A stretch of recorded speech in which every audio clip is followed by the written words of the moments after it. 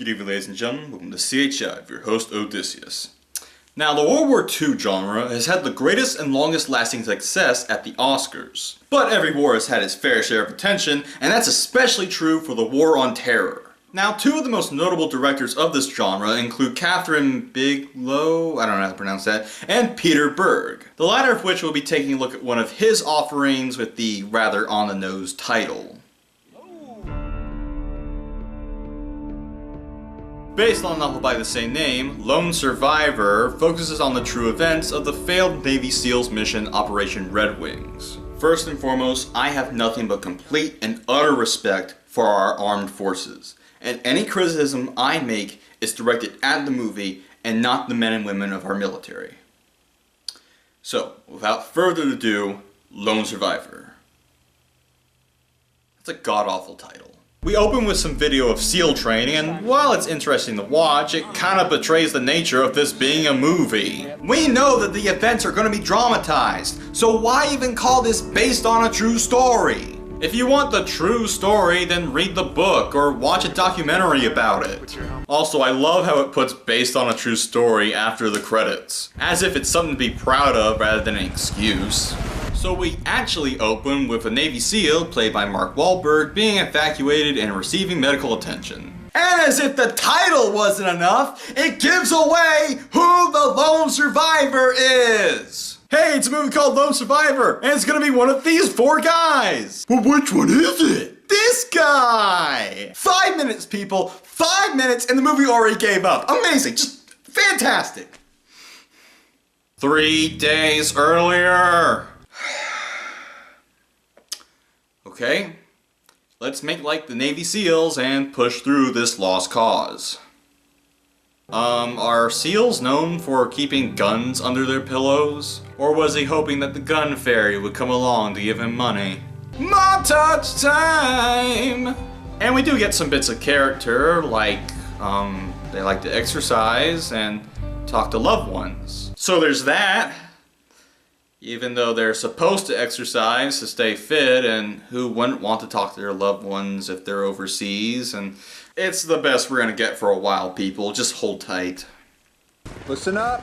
Red Wings a go. Tonight, 1800. Hi, Eric Bana. Seriously, this was not by design. First Kingdom of Heaven and now this? Why won't this movie leave me alone? Am I going? PLO in an hour. What the fuck am I doing wrong? Because if you go, you'll die, but if you survive, the title won't make sense. So they're briefed on the mission, not that it really matters because, well, you know. It's to capture and kill Ahmad Shah. Bad guy. Now, I would complain about the moralizing being black and white by calling this guy the bad guy, but humanizing him would probably make shooting him difficult. Still doesn't make for very good writing. Also, is it just me, or are their voices really high-pitched? Murph's got the sat phone. The AO of this region is very steep. Expect typical comms problems. We're gonna be on 2-hour comms windows. If we miss 2 windows, I'd say wake somebody up. If not, don't sweat it. Because I always thought that exercise helped to enhance the genitalia. Was getting kicked in the balls part of the training? Wait, I got it! The freezing cold water they had to jump into! That's what shrunk their balls! What am I on about? Waypoint 1 is Budweiser, waypoint 2 is Miller. Oh, how clever. The waypoints are named after alcohol brands. Maybe the next mission's waypoints will be Mary Jane, Molly, Hobo down the street, and your good buddy Jeff. And if and when we ID Shaw, pass Rick James. So my drug joke wasn't too far off. Later, the new guy tries to introduce himself, and this is just like in Boy Scouts. Except they talk about burgers and the color of your toothbrush. But not here. They do things that are far more mature, like throw stuff at them. Yeah.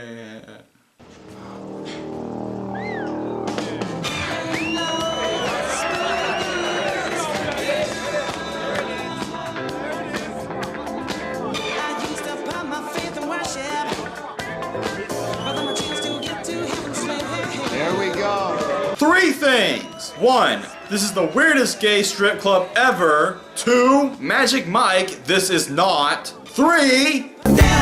No, get that out of here! We do not need to see that! And the characters seem to agree! Really?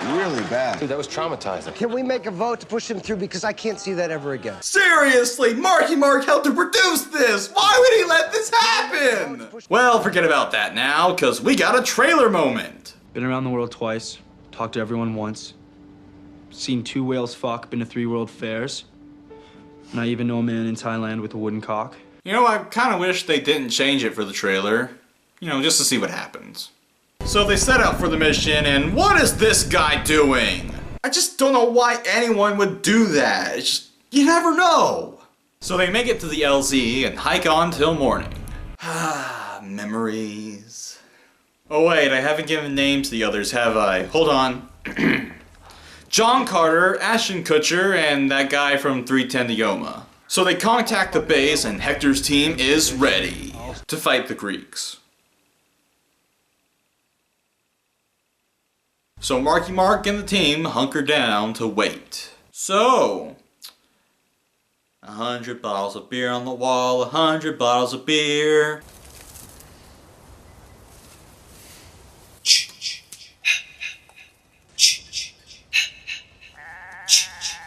Jason Goathees!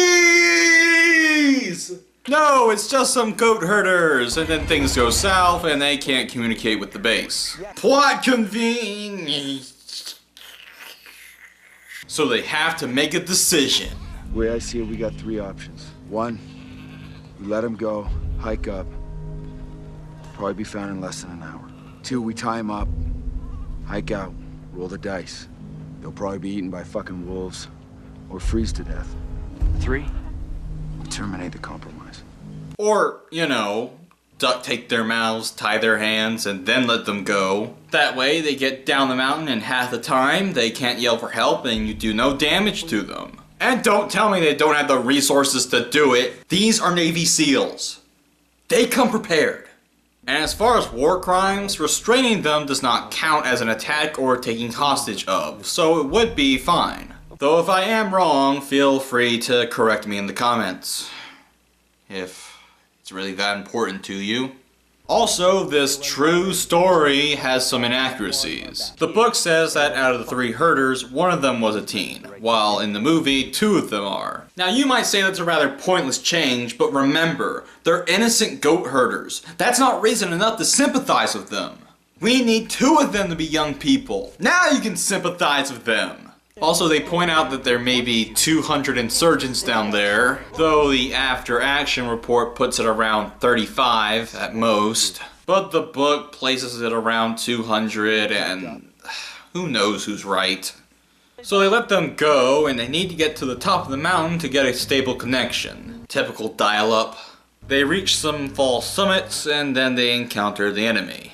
Okay, so the key to survival here is camouflage. If they want to get out of here alive, they're gonna need to keep a low profile. So they shoot someone. And the next, 54 minutes is pretty much the same. Yes, there are some slower moments, but it's mostly just retreating, shooting, and getting shot at. And it's not good or even pleasant. How best to describe this? You see, a few years ago, there was this trend in horror movies called the torture porn craze, where horror movies stopped being about creepy atmosphere, interesting characters, or even just special effects. No, it was about taking douchebags that you couldn't possibly like, and then cutting their bodies up in over-the-top fashion. And the gore in this movie is very reminiscent of that trend, the exactness of which is rather ridiculous. They are always getting hit in non-lethal parts of their bodies, like their hands or their feet, so as to keep the action going. And yes, I know, war is hell, but there's a certain level of realism that needs to be applied to that. And this goes into straight up lunacy! Such as this one bit where they jump down a cliff and we see each and every one of them hit everything on the way down. I remember when this was a joke on The Simpsons! And whenever they do slow down, it's just to emphasize how screwed they are. Let me see it. You pack it with some fucking dirt. Tight, you hear me? Keep it packed tight. All right. Come here, buddy. No. Don't rub dirt into that. Rubbing dirt into open wounds actually increases the chances of infection. And look, I am not squeamish. I am not disturbed by gushing blood or broken bone. But this is done wrong.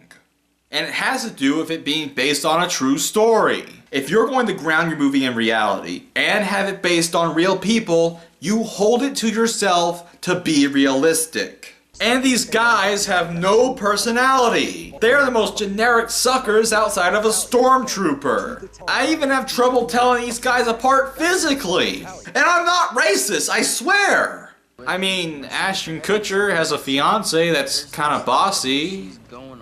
That's about it, really. And when you put all this together, you take human beings that lost their life for their country, dehumanize them, to turn them into literal meat bags, to showcase some of the most over-the-top action you can possibly make.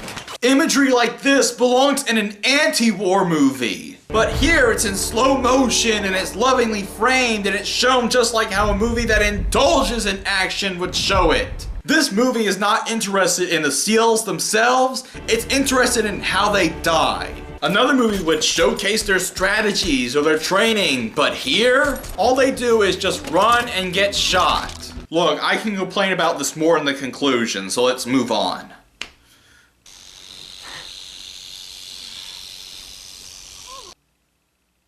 A rattlesnake.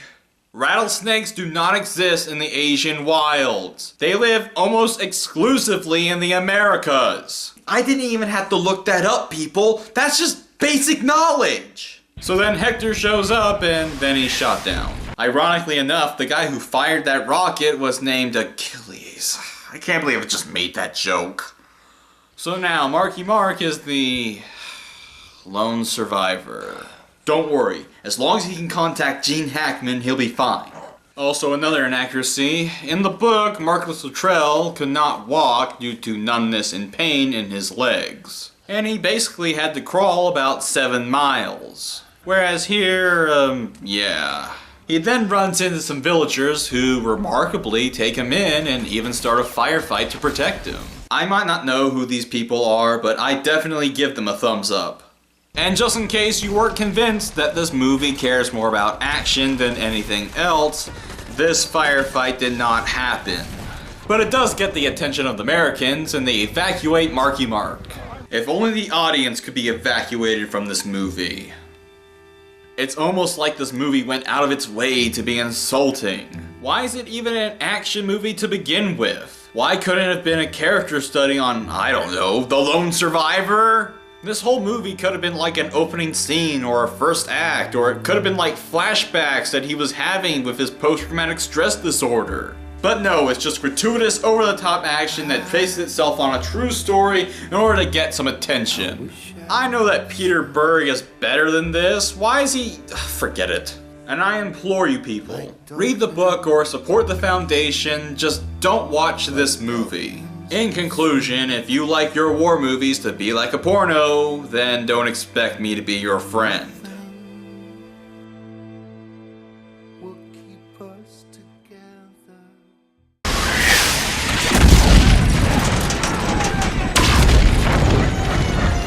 I guess you can say they found his Achilles heel.